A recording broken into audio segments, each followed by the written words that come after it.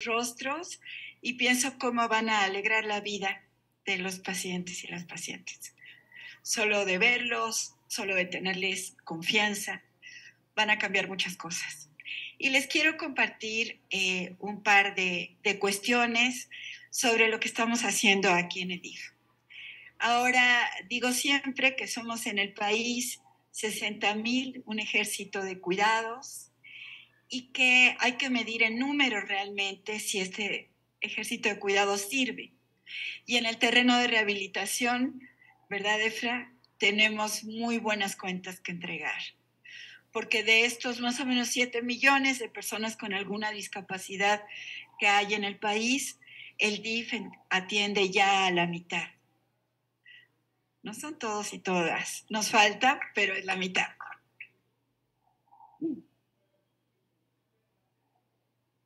Y lo que estamos tratando de hacer, además de ampliar la atención, esto va a tener que ver seguramente con ampliar horarios de nuestros centros, con mejorar la calidad.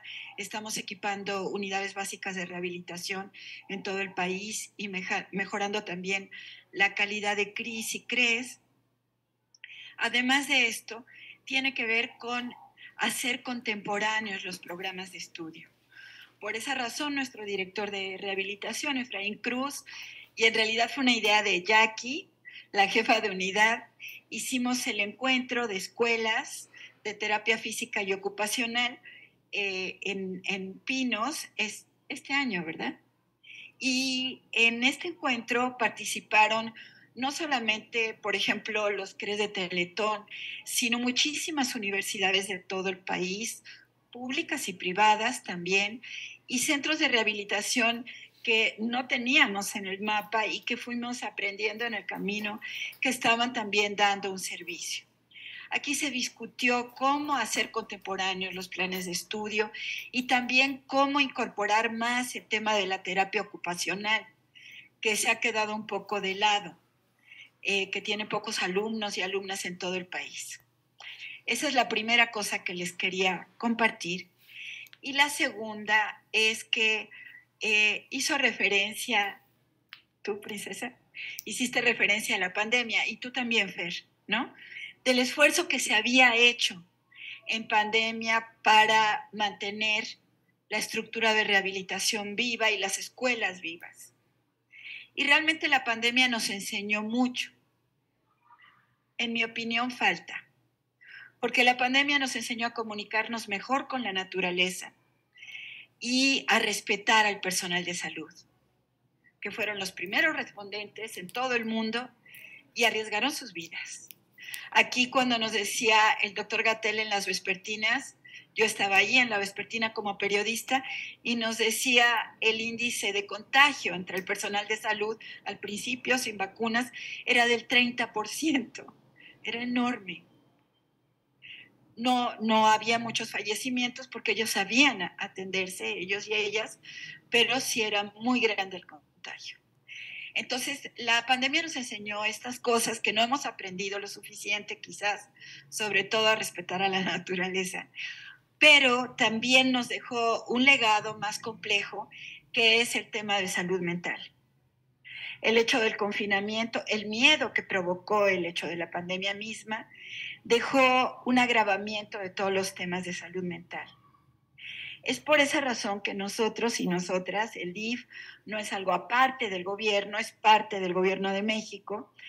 Y entonces nos hemos empatado con la Secretaría de Salud, de la que somos parte, estamos sectorizados a salud, y buscamos a la Comisión Nacional de Salud Mental, que se acaba de crear con ASAMA, para llevar, como dice Liz Salgado de Guerrero, los primeros auxilios de salud mental a toda la estructura del DIF. Que ustedes, los que se queden, espero varios, con nosotros y nosotros, en los CRIS, en los CRES, en las VRs, la gente pueda encontrar una primera atención de salud mental. Esto lo vamos a lograr con un curso que vamos a dar en toda la estructura de rehabilitación del DIF, que se llama Mental Health Gap, que está formulado por la Organización Mundial de la Salud y la Organización Panamericana de la Salud, pero además los servicios del DIF en centros de asistencia social, en casas de día, en casas para migrantes, en equipos multidisciplinarios de Procuraduría, aquí está con nosotros el procurador. Vamos a tratar de que seamos capaces de dar este primer abrazo, porque cuerpo y alma son una sola cosa.